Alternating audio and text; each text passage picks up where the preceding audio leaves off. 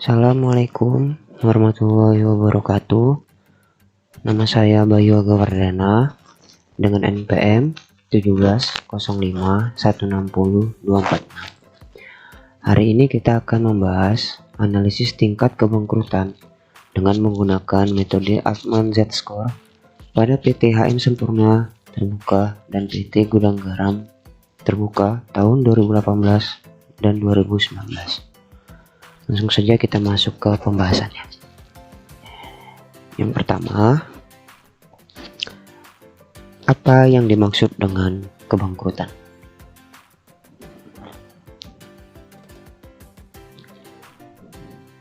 Kebangkrutan merupakan kondisi di mana perusahaan tidak mampu lagi untuk melunasi kewajibannya, atau bisa juga diartikan sebagai kondisi di mana sebuah perusahaan mengalami kesulitan keuangan dan tidak mampu mengoperasikan perusahaan dengan baik.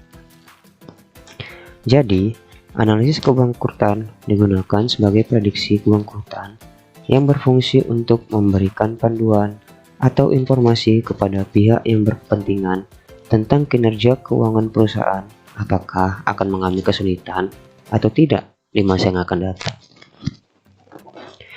Bagi pemilik perusahaan, dapat digunakan untuk memutuskan apakah ia akan tetap mempertahankan kepemilikannya di perusahaan tersebut atau menjualnya dan kemudian menanamkan modalnya di tempat lain. Sedangkan bagi pihak yang berada di luar perusahaan, khususnya para investor, untuk menilai kondisi keuangan dan hasil operasi perusahaan saat ini dan di masa lalu serta sebagai pedoman mengenai kinerja perusahaan, di mana perusahaan tersebut apakah akan berpotensi untuk bangkrut atau tidak.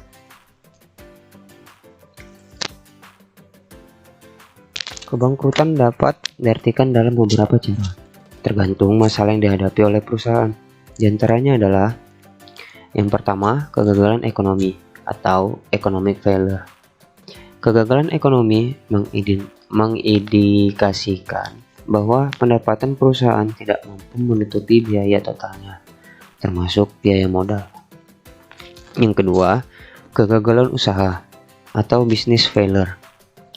Istilah business failure digunakan untuk mengelompokkan kegiatan bisnis yang telah menghentikan operasinya, kemudian berakibat kerugian bagi para kreditur. Yang ketiga, ada insolvency teknis atau technical insolvency. Perusahaan dianggap mengalami insolvensi teknis jika tidak mampu membayar kewajiban jangka pendek pada saat jatuh tempo. Dan yang terakhir, ada kebangkrutan secara resmi atau legal bankruptcy. Meskipun istilah bangkrut diperuntukkan bagi perusahaan yang mengalami kegagalan usaha, perusahaan tidak akan secara resmi dinyatakan bangkrut, kecuali yang pertama, perusahaan mengalami kebangkrutan berdasarkan kriteria yang dibuat oleh Federal Bankruptcy Act atau Undang-Undang Kebangkrutan. Dan yang kedua adalah telah dinyatakan bangkrut oleh pengadilan.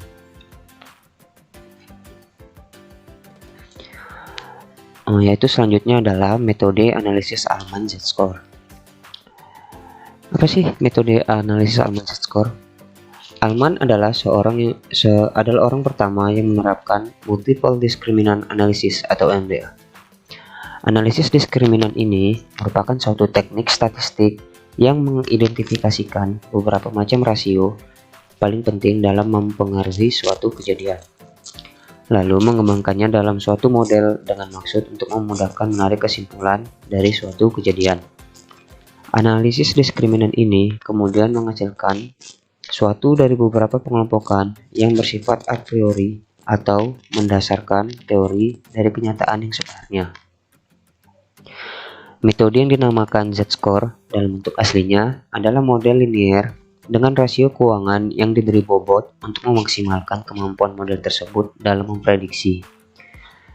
Model ini pada dasarnya hendak mencari nilai Z, yaitu nilai yang menunjukkan kondisi perusahaan yang sekaligus merefleksikan prospek perusahaan di masa mendatang.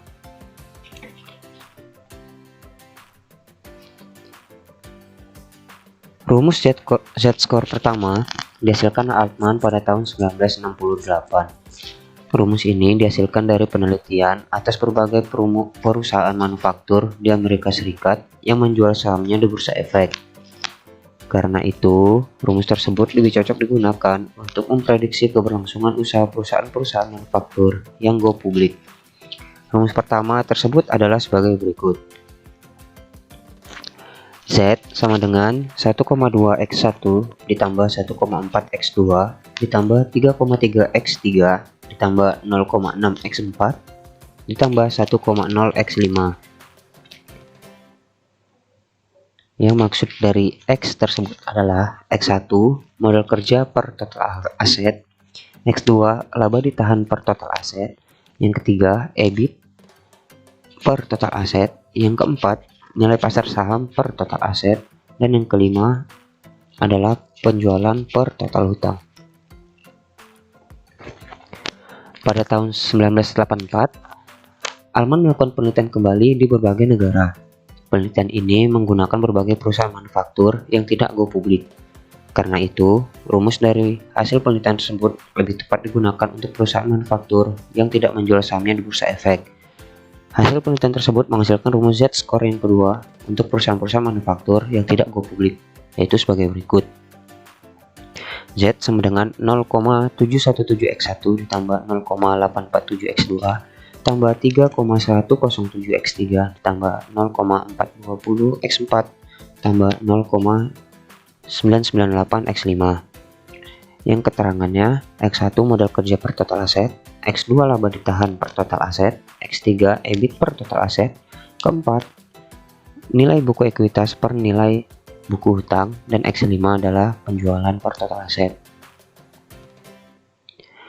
Altman melakukan penelitian lagi mengenai potensi kebangkrutan perusahaan-perusahaan lain selain perusahaan manufaktur, baik yang go publik maupun yang tidak, dan cocok digunakan di negara berkembang seperti Indonesia. Hasil penelitian tersebut menghasilkan rumus Z-score yang ketiga untuk berbagai jenis perusahaan, yaitu rumusnya sebagai berikut.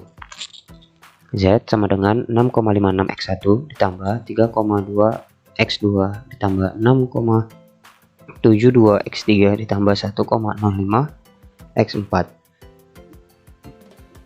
Yang keterangannya adalah sebagai berikut.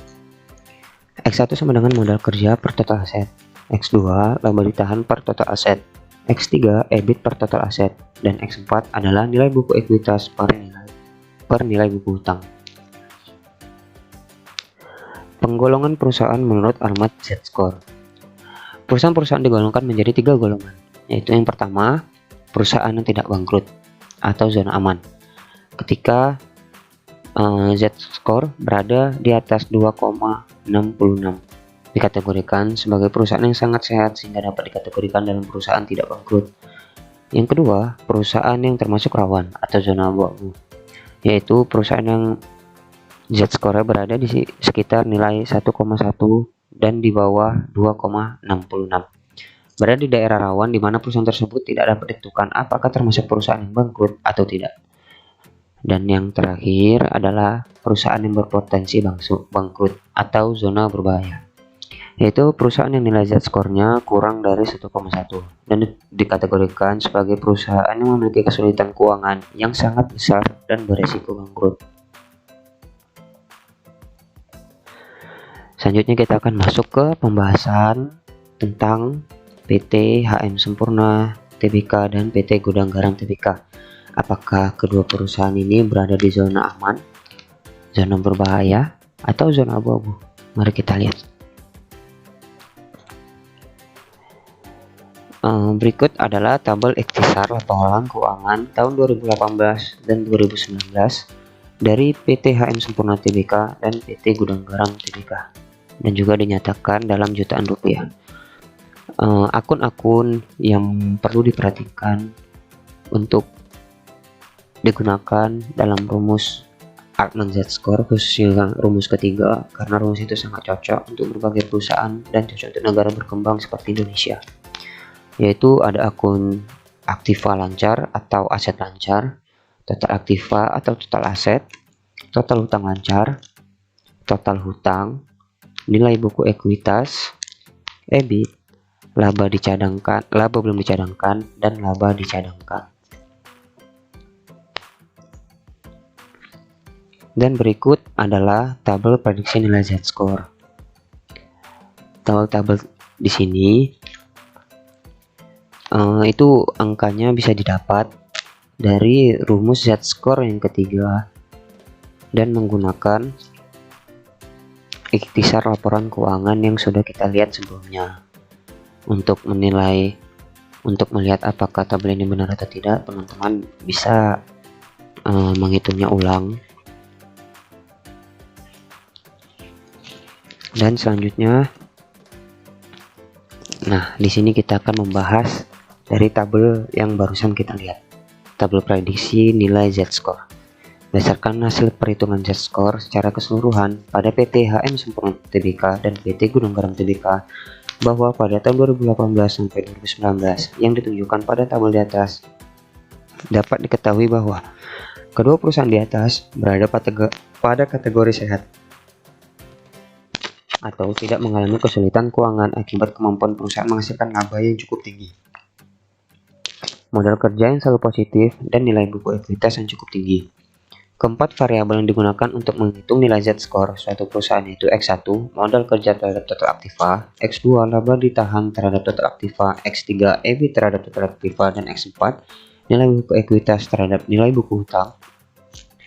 Antara variabel yang satu dengan yang lainnya memiliki hubungan yang saling mempengaruhi nilai modal kerja yang besar, menunjukkan produktivitasnya aktiva yang perusahaan yang mampu menghasilkan laba perusahaan yang besar seperti yang diharapkan.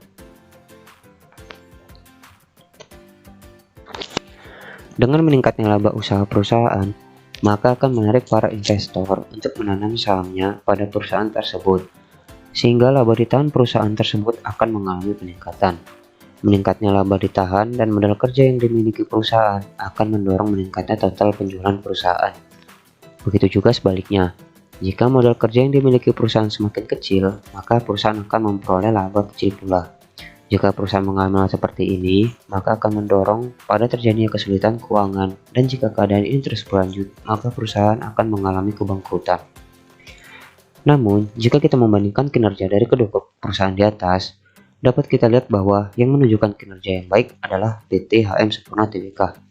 Dapat dilihat dari hasil nilai Z-score yang jauh lebih besar dari PT Gudang Garam Tbk, sehingga para investor tertarik untuk menginvestasikan ke perusahaan ini. Jika dilihat dari hasil analisis Z-score di atas, kedua perusahaan berada pada kondisi aman, dalam arti perusahaan jauh dari kebangkrutan. Hal ini menunjukkan bahwa kinerja dari kedua perusahaan di atas cukup baik sehingga berpeluang memiliki prospek yang baik pula di masa mendatang. Kesimpulan, berdasarkan tabel dan analisis yang kita lakukan, kita dapat menyimpulkan bahwa PT HM Sempurna Tbk pada tahun 2018 sampai 2019 menunjukkan hasil yang baik, di mana perusahaan ini memiliki nilai Z-score di atas 2,66. Itu berarti perusahaan tetap berada di zona aman. Pada PT HM Sempurna Tbk tahun 2018, Z-score sebesar 12,08 dan tahun 2019 Z-score sebesar 10,54. Hal ini berarti bahwa keadaan keuangan PT HM Sempurna Tbk menunjukkan nilai sangat sehat atau tidak berpotensi kebangkrutan. Selanjutnya itu pada PT Gudang Garam Tbk. PT Gudang Garam Tbk pada tahun 2018 sampai 2019 menunjukkan hasil yang baik, di mana perusahaan ini memiliki nilai Z-score di atas 2,66. Itu berarti perusahaan tetap berada di zona aman. Pada PT Gudang Garam Tbk tahun 2018, Z-score sebesar 7,34 dan tahun 2019 Z-score sebesar 7,52. Hal ini berarti bahwa keadaan keuangan PT Gudang Garam Tbk menunjukkan nilai yang sangat sehat atau tidak berpotensi kebangkrutan. Nah, ketika kita melihat dari segi analisis Z-score-nya, tentu kita bisa melihat PT HM Sempurna memiliki nilai Z-score yang lebih tinggi dari PT Gudang Garam Tbk. Namun, jika kita melihat dari nilai yang dihasilkan oleh kedua perusahaan ini, PT HM Sempurna Tbk mengalami penurunan. yang di tahun 2018 nilai Z-skornya sebesar 12,008 dan pada tahun 2019 nilainya turun menjadi 10,54. Sedangkan PT Gudang Garam Tbk mengalami kenaikan, walaupun naiknya cuma dikit, tapi mereka berhasil mengalami kenaikan, yaitu pada tahun 2018 sebesar 7,34 dan pada tahun 2019 sebesar 7,52. Ya, mungkin itu saja yang dapat saya sampaikan pada video kali ini. Semoga materi yang diberikan bermanfaat bagi kalian semua yang menonton. Lebih dan kurang saya minta maaf. Assalamualaikum warahmatullahi wabarakatuh.